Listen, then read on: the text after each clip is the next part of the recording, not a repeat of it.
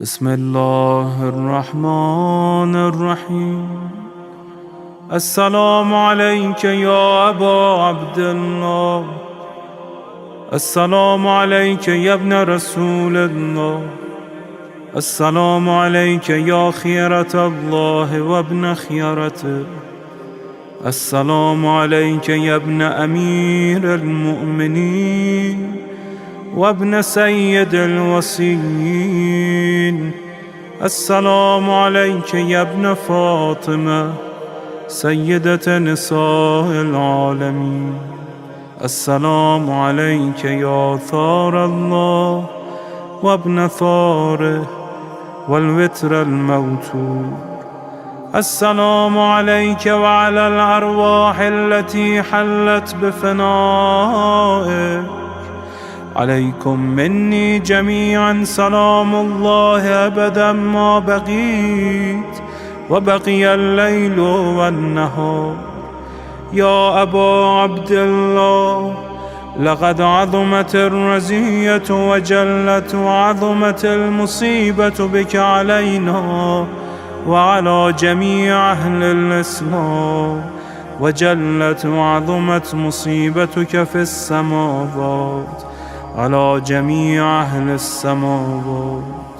فلعن الله أمة أسست أساس الظلم والجور عليكم أهل البيت، ولعن الله أمة دفعتكم عن مقامكم وأزالتكم عن مراتبكم التي رتبكم الله فيها، ولعن الله أمة قتلتكم، ولعن الله الممهدين لهم بالتمكين من قتالكم. برئت إلى الله وإليكم منهم ومن أشياعهم وأتباعهم وأوليائهم.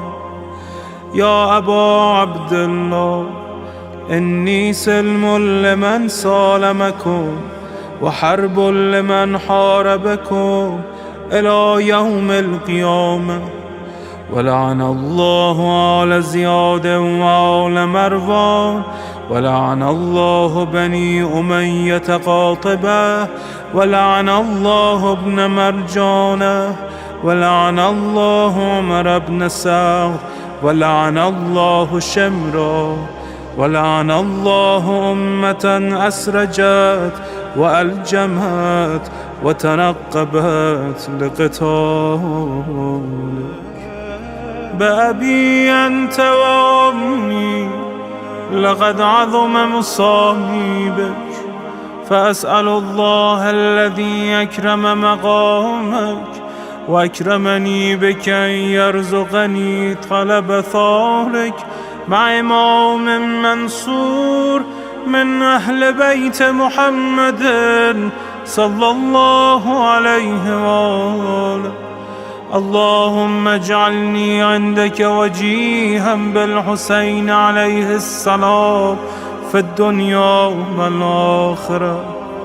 يا أبا عبد الله، إني أتقرب إلى الله وإلى رسوله وإلى أمير المؤمنين وإلى فاطمة وإلى الحسن وإليك بمضالاتك وبالبراءة ممن قاتلك ونسب لك الحرب، وبالبراءة ممن أسس أساس الظلم والجور عليكم. وأبرأ إلى الله وإلى رسوله ممن أسس أساس ذلك وبنى عليه بنيانا وجرى في ظلمه وجوره عليكم وعلى أشيائكم.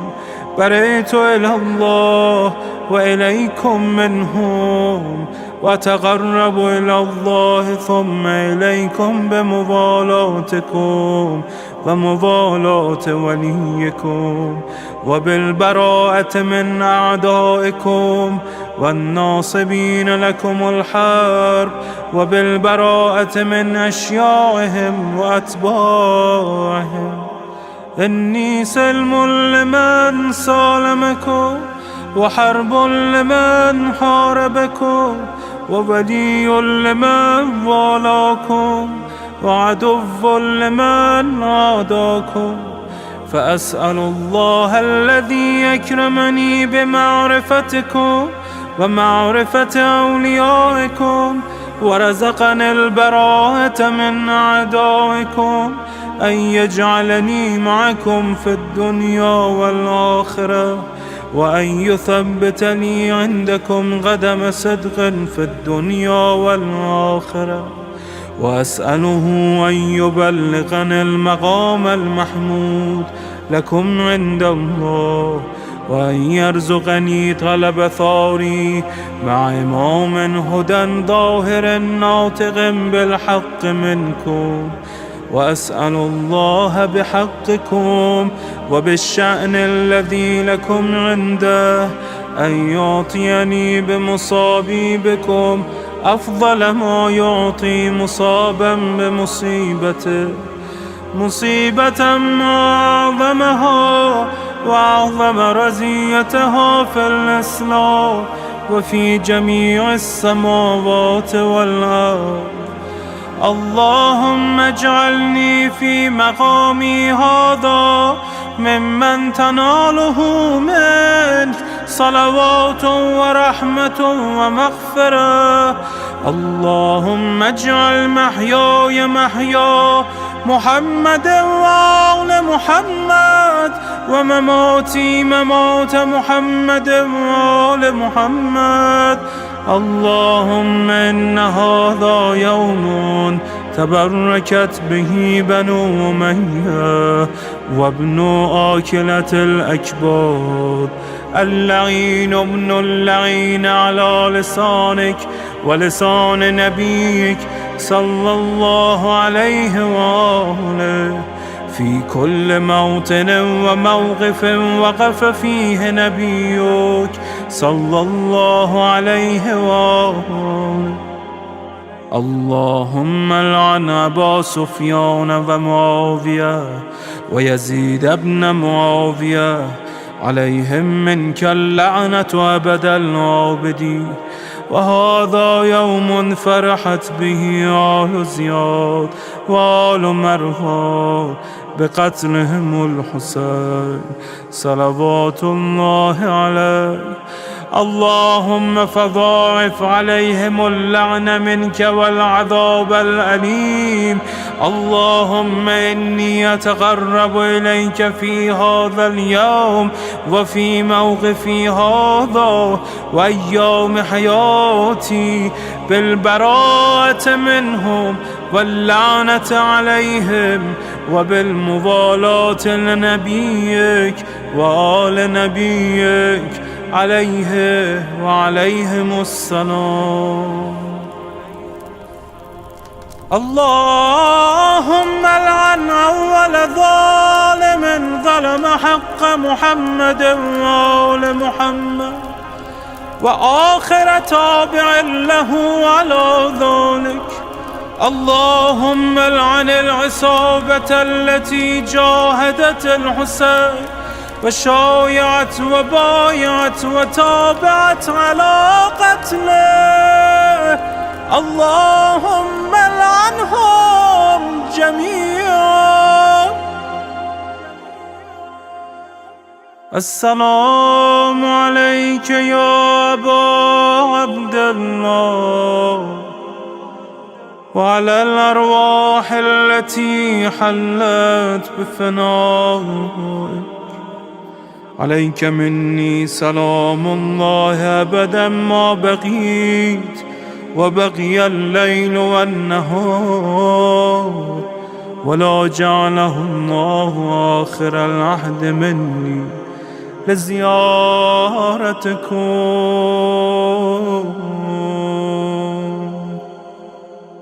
السلام على الحسين وعلى علي بن الحسين وعلى أولاد الحسين وعلى أصحاب الحسين. اللهم خص أنت أول ظالم باللعن مني، وابدأ به أولا، ثم العن الثاني والثالث والرابع. اللهم العن يزيد خامسا، والعن عبيد الله بن زياد وابن مرجانة وعمر بن سعد وشمرة وآل أبي سفيان وآل زياد وآل مروان إلى يوم القيامة. اللهم لك الحمد حمد الشاكرين لك على مصابهم. الحمد لله على عظيم رزيتي. اللهم ارزقني شفاعة الحسين يوم الورود، وثبتني قدم صدق عندك مع الحسين وأصحاب الحسين الذين بذلوا مهجهم دون الحسين عليه السلام. بسم الله الرحمن الرحيم.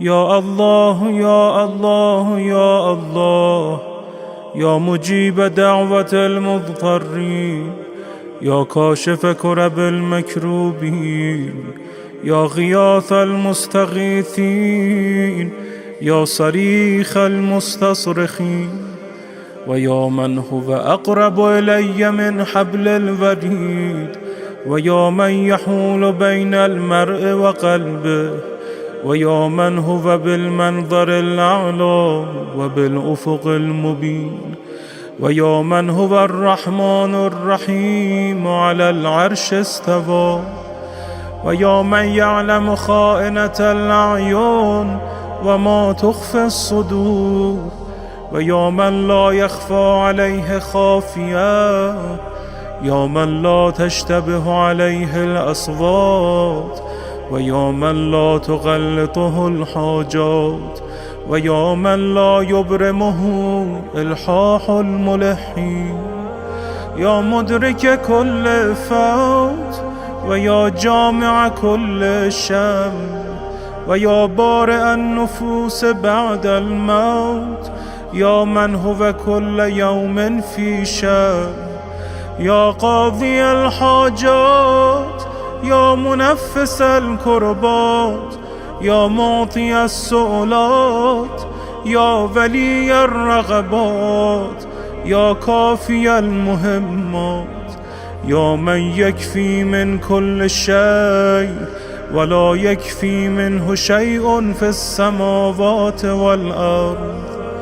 أسألك بحق محمد خاتم النبيين وعلي أمير المؤمنين، وبحق فاطمة بنت نبيك، وبحق الحسن والحسين، فإني بهم أتوجه إليك في مقامي هذا، وبهم أتوسل وبهم أتشفع إليك، وبحقهم أسألك وأقسم وأعزم عليك، وبالشأن الذي لهم عندك، وبالقدر الذي لهم عندك، وبالذي فضلتهم على العالمين، وباسمك الذي جعلته عندهم وبه خصصتهم دون العالمين، وبه أبنتهم وأبنت فضلهم من فضل العالمين، حتى فاق فضلهم فضل العالمين جميعا. أسألك أن تصلي على محمد وآل محمد، وأن تكشف عني غمي وهمي وكربي، وتكفيني المهم من أموري، وتقضي عني ديني، وتجيرني من الفقر، وتجيرني من الفقر، وتغنيني عن المسألة إلى المخلوقين، وتكفيني هم من أخاف همه، وعسر من أخاف عسره، وحزونة من أخاف حزونته، وشر من أخاف شره، ومكر من أخاف مكره، وبغي من أخاف بغيه، وجور من أخاف جوره، وسلطان من أخاف سلطانه، وكيد من أخاف كيده، ومقدرة من أخاف مقدرته علي، وترد عني كيد الكيدا ومكر المكرا. اللهم من أرادني فأرد، ومن كادني فكد، واصرف عني كيده ومكره وبأسه وأمانيه، وامنعه عني كيف شئت وأنا شئت. اللهم اشغله عني بفقر لا تجبره، وببلاء لا تستره، وبفاقة لا تسدها، وبسقم لا تعافيه، وذل لا تعزه، وبمسكنة لا تجبرها.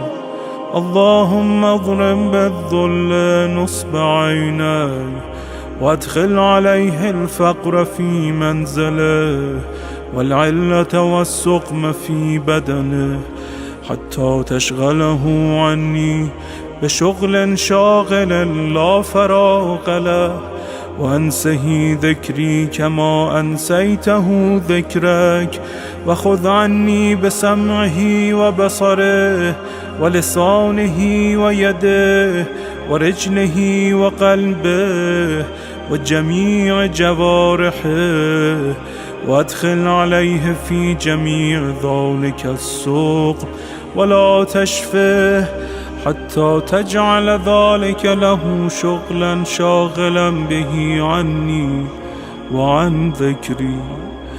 واكفني يا كافي ما لا يكفي سواك، فإنك الكافي لا كافي سواك، ومفرج لا مفرج سواك، ومغيث لا مغيث سواك، وجار لا جار سواك.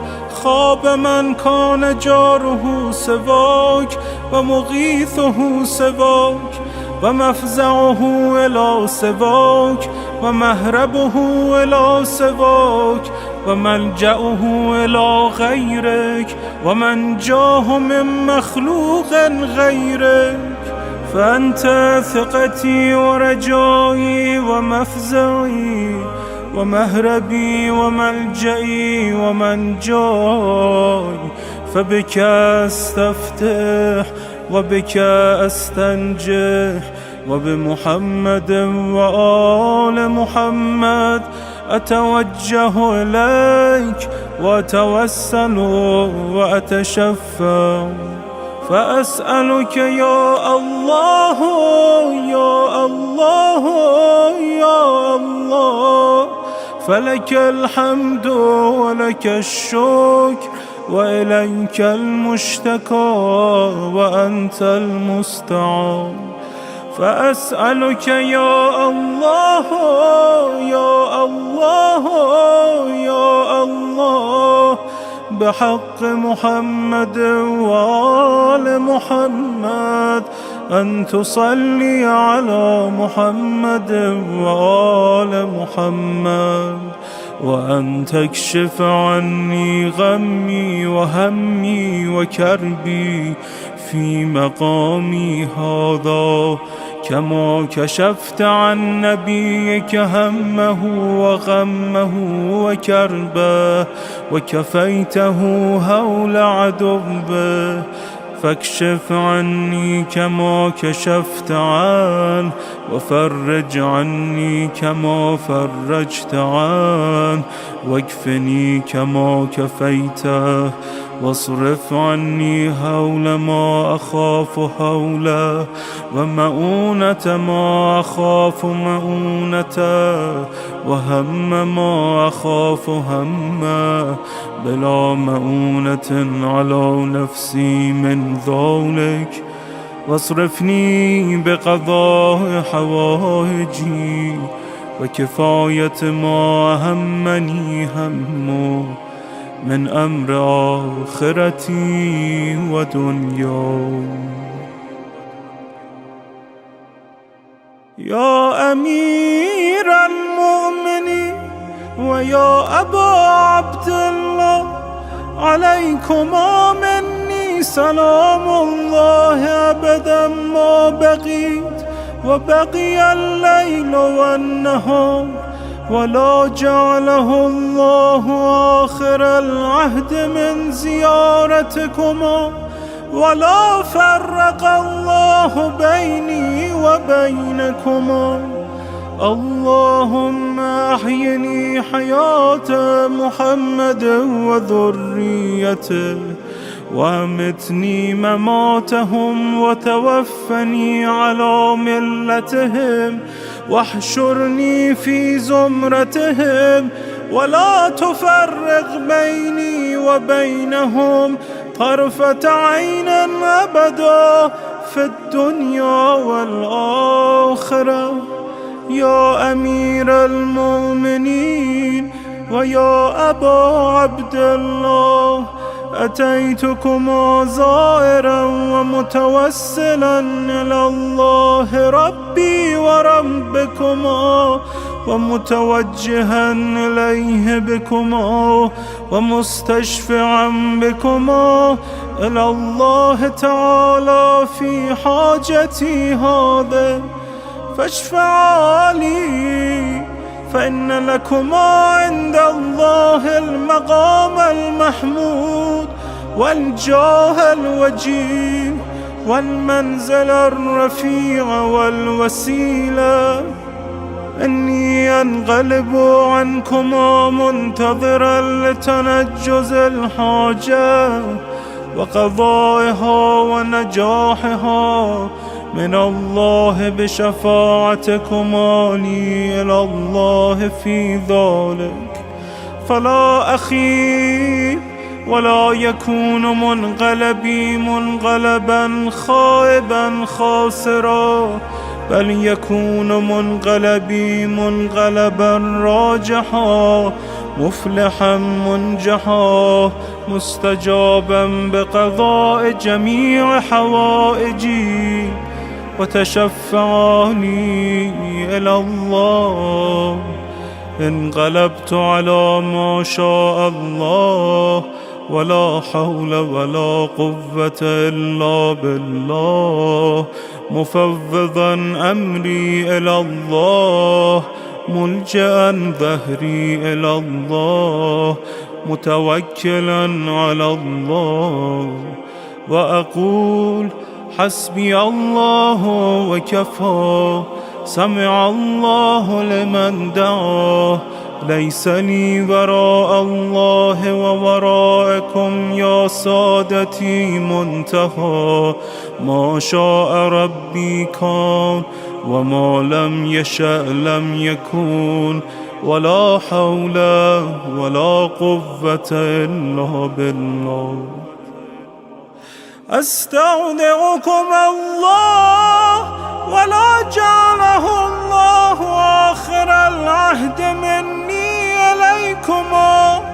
انصرفت يا سيدي يا أمير المؤمنين ومولاه وأنت يا أبا عبد الله يا سيدي وسلامي عليكما متصل ما اتصل الليل والنهار واصل ذلك إليكما غير محجوب عنكما سلامي إن شاء الله وأسأله بحقكما أن يشاء ذلك ويفعل، فإنه حميد مجيد.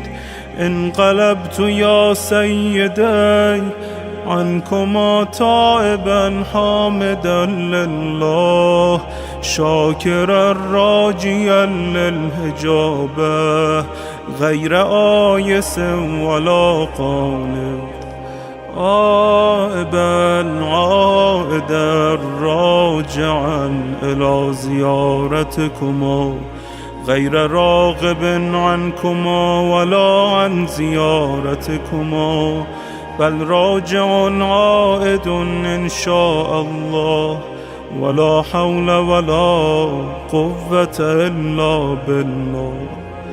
يا سادتي، رغبت إليكما وإلى زيارتكما بعد أن زهد فيكما وفي زيارتكما أهل الدنيا، فلا خيبني الله ما رجوت وما أمنت في زيارتكما، إنه قريب مجيب.